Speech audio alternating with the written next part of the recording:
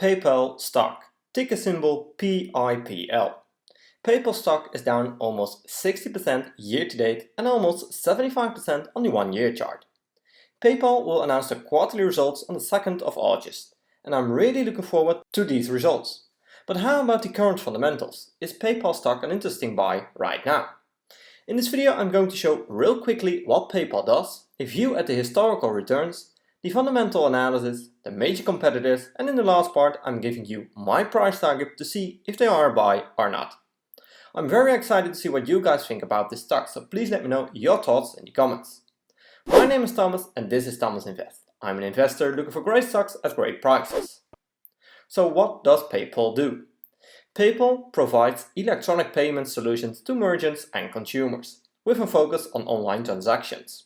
The company had 426 million active accounts at the end of 2021, including 34 million merchant accounts. The company also owns Xoom, with an X, an international money transfer business, and Venmo, a person-to-person payment platform. If we check the latest quarterly results, we see that there are a few key numbers that we should check. The first important number is the active accounts. We see that there was a 9% increase year over year, and to me this is very important and one of the easier ways to increase revenue. Get more active accounts. They have 2.4 million in net new active accounts. Second important number is the customer engagement, and we want to focus on the TPA, transaction per account. Right now the average is at 47, which is an 11% increase year over year. So this is also a way to increase revenue. Get more transactions per each account. The third number is the total payment volume. We see some high teens here, which is very nice. And also the compound annual growth rate of 26 to 29% is very nice. So this looks very good to me. But the first two are very important to me. You want the active accounts to be increasing, and next to that the average number of transactions per account must increase as well. The next sheet sums it up very nice in my opinion. The active accounts are growing very nice, and the TPA, transactions per account, is also increasing big time. And to me that's also quite logical, since more and more people are shopping online. PayPal is one of the most popular payment methods, so they benefit a lot from the booming e-commerce. In this graph we see the forecast for the e-commerce to 2025. And it will grow very nice and steady, so it's expected that PayPal will grow as well. But of course there are some numbers that you want to pay attention to. In this graph we see that active accounts is still growing, but the year over year growth is slowing down a bit. In Q4 2020 they grew at 24% year over year. In Q1 2022 they are at only 9% year over year. It's the same story with the number of payment transactions. And to me this is also quite logical, since it's harder to grow at a high number when you become bigger and bigger. So keep this in mind. But at the next earnings you definitely want to pay attention to this number. I think it should stay above the 10% minimum at least. So this 9% active account growth year over year is too low in my opinion. The last thing that I want to show is the revenue breakdown. Right now the US represents 64% of the total revenue in Q1 2022. International represents the other 36%. But in Q4 2020 the US only represented 85% and international was at 42%. So that's quite a difference. And this is also shown in the year over year growth numbers. The US went from around 40% average growth year over year to 15% growth. But international went from 40 to 50% all the way down to 1% in the last quarter. So this worries me a lot. So definitely keep an eye on this number.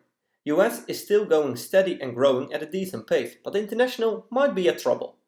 It's nearly flat in the latest quarter. And with that being said, it's time to check the historical stock price performance to see what happened with PayPal. I decided to compare PayPal to the S&P 500, which I use as a benchmark, and also ADP and SQ, both competitors of PayPal. On the 5-year chart we see that PayPal has a return of only 38%. But please notice the big drop late 2021 where the orange line is going down big time. The S&P 500 returned 60%, ADP 112%, and SQ returned 170%, so that's quite a difference. On the 1 year chart, PayPal returned a minus 73%, while the S&P 500 only did a minus 9%. ADP is up 8%, which is quite interesting, and SQ is also down quite a lot with minus 72%.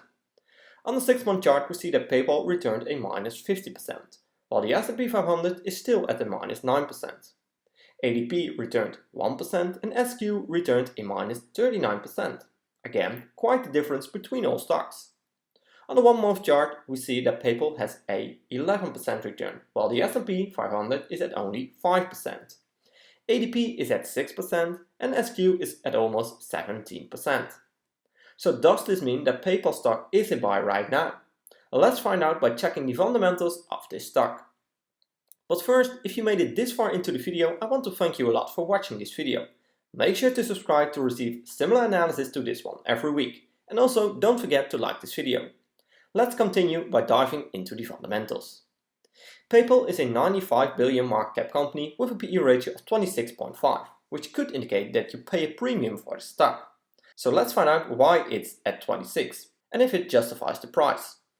In the end of the video, I will give you my 3 price targets, so make sure to watch until the end. The 12 trading month revenue is at 25.8 billion.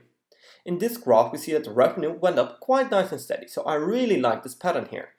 I think it's very good to have a consistent growth over a longer period of time, so this comforts me a lot.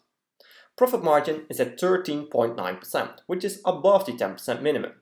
But to be honest, it worries me a lot that the current profit margin is below the 5-year average. So definitely keep an eye on this number. I really don't like it when margins are decreasing. Return on assets is at 5.5%, which is too low in my opinion. You want this number above the 10%, but to me it's not the most important number here. Return on equity is at 16.8%, which is quite nice, and of course above the 10% minimum.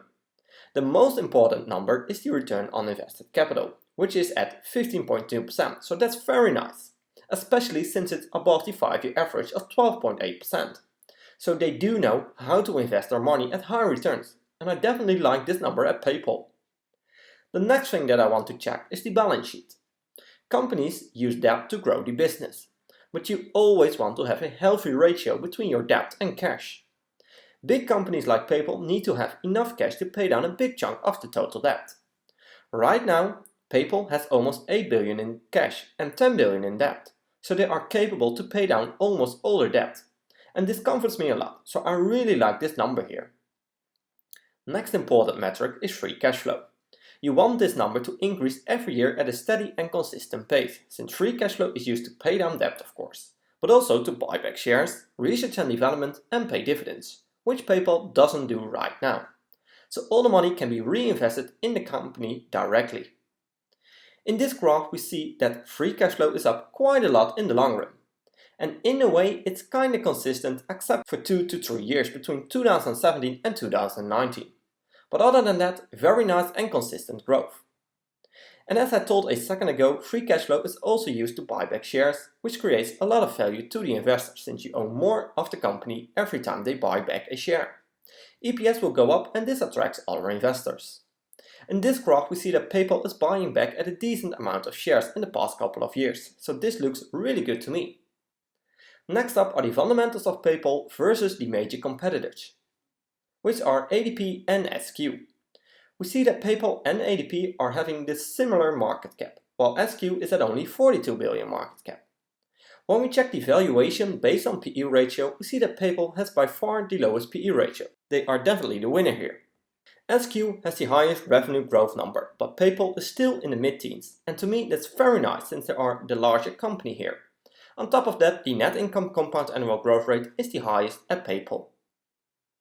PayPal has the highest gross margin, but ADP has the highest profit margin and also the highest free cash flow margin. Return on equity and return on assets and return on total capital is also the highest as ADP, so they are the winner in this part. Both PayPal and SQ are capable of paying down almost all their debt, while ADP is capable of paying down 50% of their debt, which is still enough to me. But both PayPal and SQ are the winner in this part. Overall, I think PayPal did very good, but the growth is slowing down a little bit, which is something to keep an eye on. The last part of this video is about the 3 price targets that I created using the Everythingmoney software. It's one of the best tools out there. definitely check them out. This is not sponsored or anything, but just my honest opinion. So we need to fill in a few numbers to create a low, mid and high price target, starting off with the revenue growth. Earlier in this video we saw that revenue growth year over year is slowing down a bit. So I'm filling in 5% for the low assumption, 7.5% for the mid assumption and 10% on the high assumption, since this is the current number. For the profit margin I'm filling in 10%, 30.5% and 15%. Margins are decreasing a little bit for PayPal, so that's why I'm filling in these numbers. For the free cash flow margin I'm filling in 19, 21 and 23%. For the PE ratio and the price to free cash flow I'm aiming for the 19 at the low side, 20 at the mid side and 21 at the high side. I'm also putting in 12.5% for the annual return, since I can get an easy 10% return with an ETF in the long run. Right now PayPal is at $81 a share. I hit analyze and we see that we have quite a big range. Low price target is at $36 to $69, mid assumption is at $61 to $95 and the high assumption is from $84 to $129. So we have some green numbers here, and I think the most realistic one is between the mid and high assumption. E-commerce is booming and PayPal is still growing at a decent pace. The thing I really like is that they don't pay dividends and invest their money into buying back shares, so that's why I'm aiming for the mid to high range. My final conclusion is that I really like this company. They are growing at a steady and decent pace, and the increasing return on invested capital is very nice. But keep an eye on the growth numbers and also the margins. You want to keep these numbers above the 10% minimum. So I'm really excited about the next earnings, of course, to see what happens with both these numbers. For now I think PayPal could be a buy, but I will wait for the earnings. Maybe the stock will drop big time and I will enter at lower prices. But remember to always do your own research and never fully trust on what I or other YouTubers say about a stock. I'm not a financial advisor and this content is just for entertaining purposes only. I hope you liked this video and I did bring some insights of the company to you. I would really appreciate a thumbs up and make sure to subscribe to get notified when I'm posting a new video. Thanks for watching and I will see you in my next video.